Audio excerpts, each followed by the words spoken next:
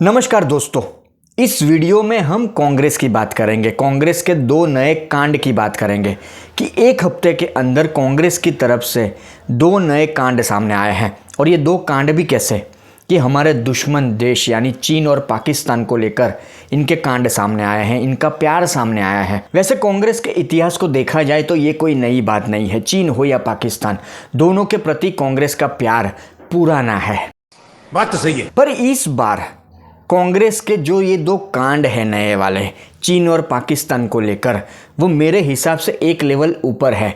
इसीलिए इसके ऊपर वीडियो बनता है, इसके ऊपर बात बनती है। तो बस आप इस वीडियो को पूरा देखें और इस वीडियो को हो सके उतना शेयर करें, क्योंकि ये तो हम जानेंगे ही कि कांग्रेस के दो नए कांड क्या है चीन और पाकिस्तान को लेकर। और ये जानने की भी कोशिश करेंगे कि ये जो इतिहास है कांग्रेस का, ये कोई नई बात नहीं है, पहले भी ये देखने को मिल चुका है। तो बस फिर एक बार वही बात कि इस वीडियो को ज्यादा से ज्यादा शेयर करें। नमस्कार और प्रणाम मेरे दोस्तों, मैं विरल Joshi.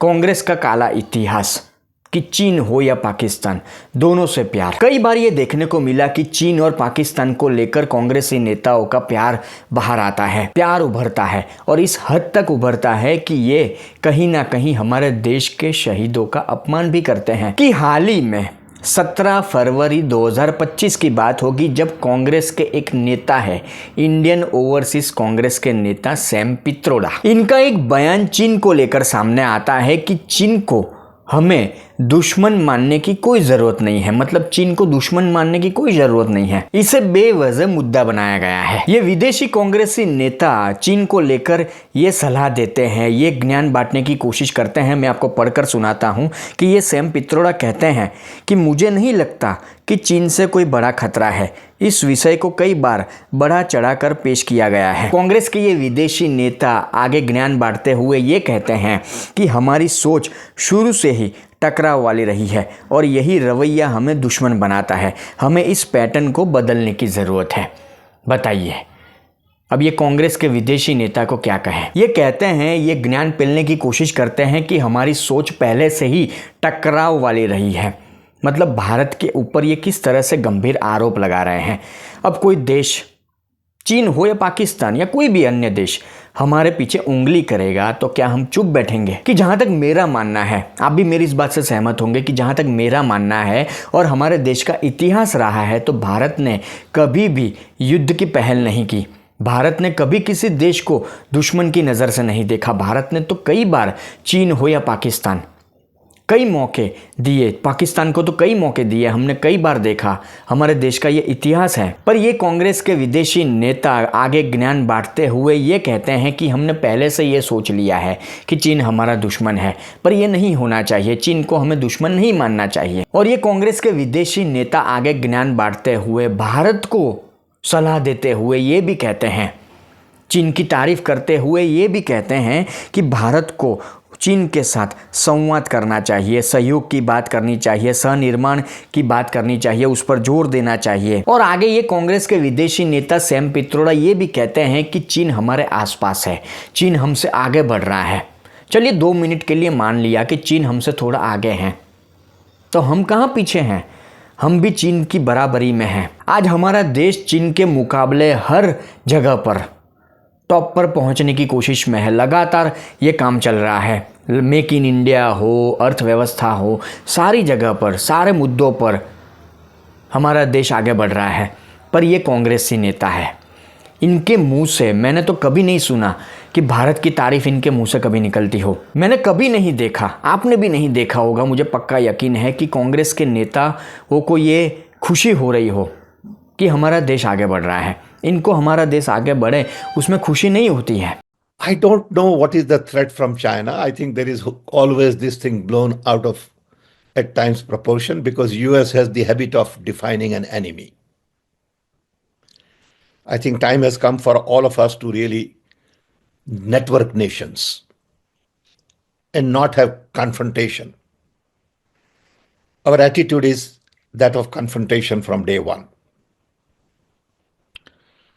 And that attitude creates enemy, and that creates certain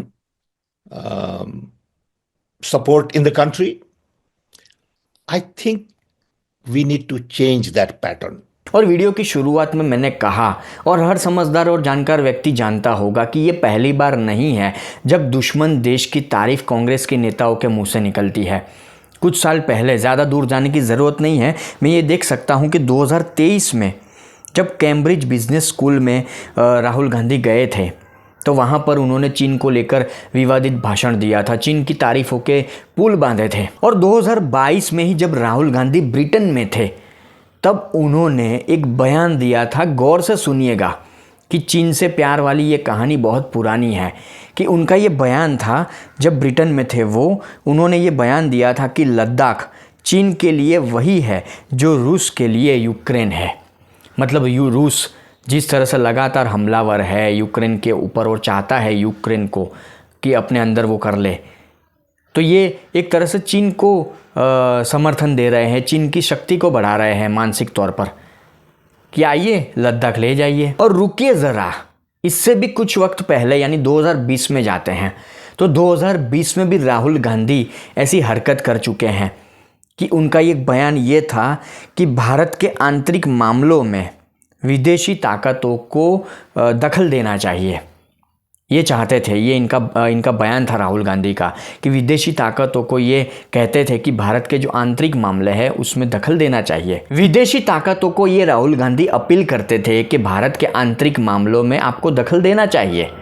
ये कांग्रेसी नेता राहुल गांधी आज हमारे देश के विपक्षी नेता हैं। और रुकिए ज़रा, और भी बात मैं बताना चाहूँगा, एक डेटा मैं आपके सामने रखना चाहूँगा कि देश में जब कांग्रेस की सरकार थी, मनमोहन सिंह की सरकार थी, यूपीए सरकार थी, तब राजीव गांधी फाउंडेशन और चीन के बीच वित्तीय लेन देन की बात हुई थी। और इसकी जानकारी 2020 में सामने आई थी कि 2006 के बाद चीनी सरकार ने राजीव गांधी फाउंडेशन को 1 करोड़ रुपए से ज़्यादा की फंडिंग की थी। और ये राजीव गांधी फाउंडेशन की बात करें तो 2005 से ही राहुल गांधी और प्रियंका गांधी यहाँ पर ट्रस्टी के रूप में जुड़े हुए हैं। और सोनिया गांधी ये राजीव गांधी फाउंडेशन की चेयरपर्सन है। अब इससे ज़्यादा तो मैं क्या कहूँ, और आप काफ़ी समझदार हैं। और आगे सुनिए कि 2008 की बात है जब देश में यूपीए की सरकार थी, कांग्रेस की सरकार थी और सुपर पीएम सोनिया गांधी थी। मनमोहन सिंह साहब तो नाम के प्रधानमंत्री थे, हमने कई बार देखा था उस वक्त। तो 2008 में जब यूपीए सरकार थी तो उस दौरान कांग्रेस और चीन की कम्युनिस्ट पार्टी मतलब सीपीसी के बीच एक समझौता हुआ था, एमओयू भी हुआ था। और आगे सुनिए, कांग्रेस के कारनामे लंबे हैं। 2017 और 18 की बात करें तो 2017 में जब डोकलाम विवाद चल रहा था तो इस दौरान राहुल गांधी ने गुपचुप तरीके से चीन के राजदूत लो जाहू हियो, ऐसा कुछ नाम है, कुछ अटपटा सा, उनके साथ मुलाकात की थी। चीन के राजदूत के साथ राहुल गांधी मुलाकात करते हैं 2017 में जब डोकलाम विवाद चल रहा था। ये हिम्मत देखिए राहुल गांधी की, ये हमारे देश के पीएम बनना चाहते हैं। देश का कैसा बेड़ा गर्क होगा आप सोचिए। और 2018 की बात करें तो कैलाश मानसरोवर यात्रा के दौरान गुपचुप तरीके से राहुल गांधी चीनी मंत्रियों से भी मुलाकात करते हैं। और जहां मैं कह चुका, आप भी जानते हैं कि कांग्रेस और चीन का पुराना नाता है, तो वो बात हम कैसे भूल सकते हैं जवाहरलाल नेहरू के वक्त की, कि जब जवाहरलाल नेहरू ने प्रधानमंत्री थे तब हिंदी चीनी भाई भाई का नारा दिया था और आंख मूंद कर बैठ गए थे। उसके बाद 1962 में भारत पर हमला किया था चीन ने। ये इतिहास तो हमको पता ही होना चाहिए। और ये 62 के युद्ध में भारत का पराजय हुआ था, भारत की हार हुई थी। तो इससे सबक लेना चाहिए था कांग्रेस को।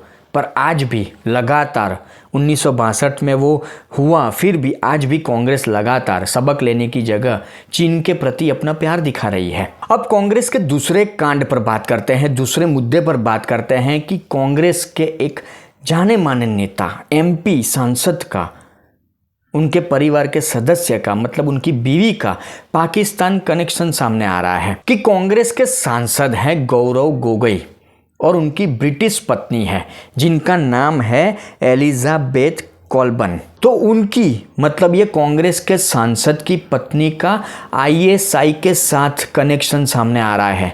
आईएसआई के साथ कनेक्शन सामने आ रहा है। गौर से सुनिएगा कि ये बातें सामने आ रही है। ये कहा जा रहा है कि कांग्रेस के ये सांसद साहब और उनकी पत्नी, तो इनकी जो पत्नी है सांसद साहब की, ये शादी के बाद भी पाकिस्तान गई और वहां पर पाकिस्तानी हाई कमिश्नर से भी इनकी मुलाकात हुई। अब इस मामले को लेकर जांच होने वाली है, ये सारी बातें सामने आ रही है, क्योंकि इस मामले में जांच इसलिए ज़रूरी है क्योंकि ये कांग्रेस के जो सांसद साहब हैं गौरव गोगोई, इनके जो पिता थे तरुण गोगोई, जो मुख्यमंत्री थे एक वक्त असम में, और इनका भी आईएसआई के साथ कनेक्शन था। ये कहा जा रहा है कि इनका जो मुख्यमंत्री दफ्तर था वहाँ तक आईएसआई का दखल था।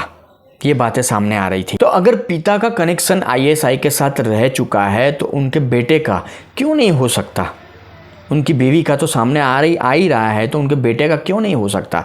तो इसके ऊपर जांच होनी बनती है। ये जो सांसद साहब है कांग्रेस के, इनकी पत्नी एलिजाबेथ को लेकर और भी कई प्रश्न उठ रहे हैं और ये सारी बातें सोशल मीडिया पर बड़ी आसानी से सबूत के तौर पर देखी जा सकती है कि ये जो एलिजाबेथ कॉल्बन है, इनकी शादी ये जो कांग्रेस के सांसद साहब हैं उनके साथ करीब 12 साल पहले हो चुकी।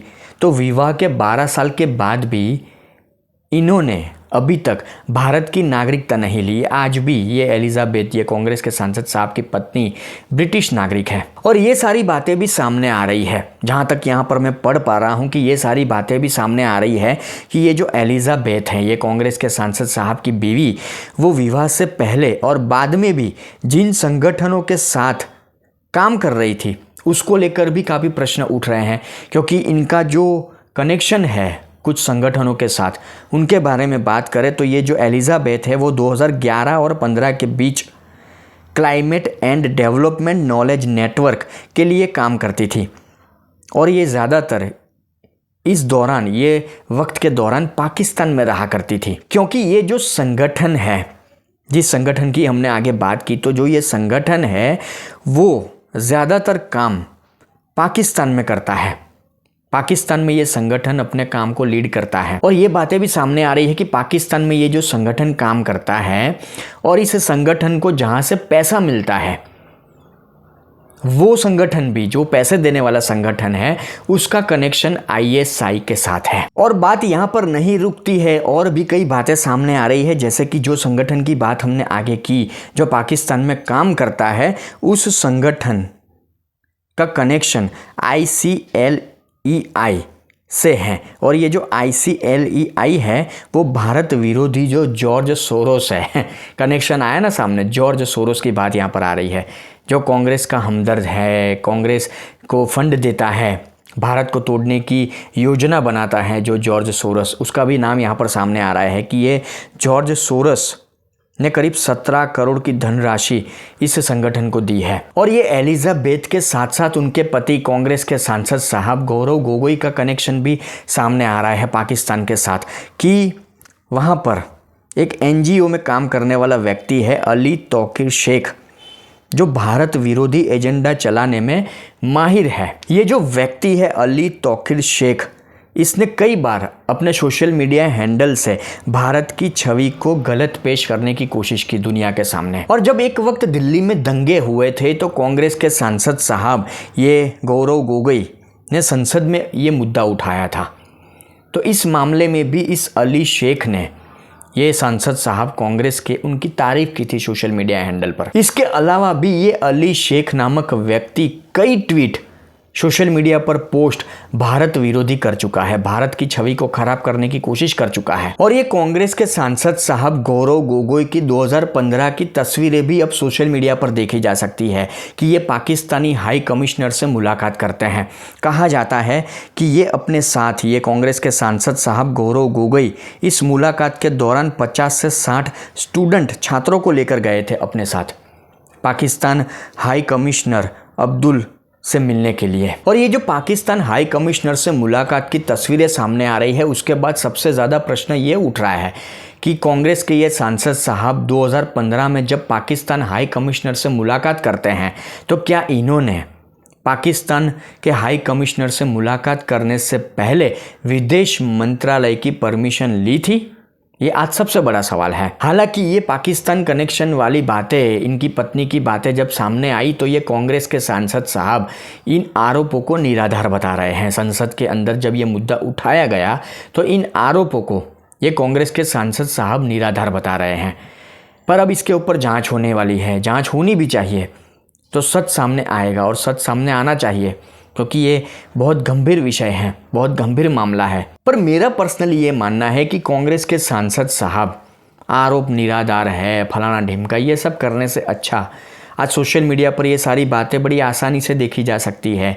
हाई कमिश्नर के साथ, पाकिस्तानी हाई कमिश्नर के साथ उनकी तस्वीर भी देखी जा सकती है। तो जो आरोप उन पर लगे हैं तो उनको निराधार बताने की बजाय वो सबूत पेश कर दे, वो पूरा डिटेल सबूत हमारी सरकार को दे, तो बड़ी आसानी से ये सारी चीज़ें, ये मामला ख़त्म हो जाएगा।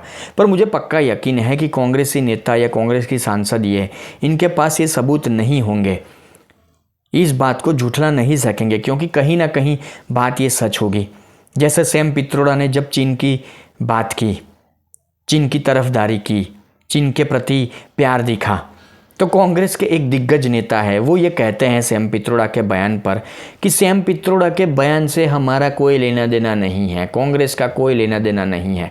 तो भाई, कांग्रेस का कोई लेना देना नहीं है तो उनको हटाओ इंडियन ओवरसीज़ कांग्रेस के अध्यक्ष पद से, क्यों उनको बिठा के रखा हुआ है? एक तो आपके नेता बेफिजुल की वाहियात बातें करते हैं, इस तरह के बयान देते हैं, देश की छवि को कहीं ना कहीं नुकसान पहुंचाने की कोशिश करते हैं, कई बार ये करते हैं, और आप कहते हो कि फिर आप कहते हो कि हमारा इससे कोई लेना देना नहीं है। ये ऐसा थोड़ी ना चलता है। जब हंगामा होता है, विरोध होता है, तो आप पलट जाते हो, आप पलटी मार जाते हो, तो देश की जनता बेवकूफ़ थोड़ी ना है। पर जो भी है, सच तो यही है कि हमने कई बार देखा है कि चीन और पाकिस्तान के प्रति कांग्रेस का प्यार, कांग्रेस का इतिहास पुराना है, और देश की जनता ये सच बहुत अच्छी तरह जानती है। भले ही कांग्रेस के नेता ये सारी बातों को झुठलाने की कोशिश करे या पलटी मार जाए, पर देश की जनता मूर्ख या बेवकूफ़ नहीं है।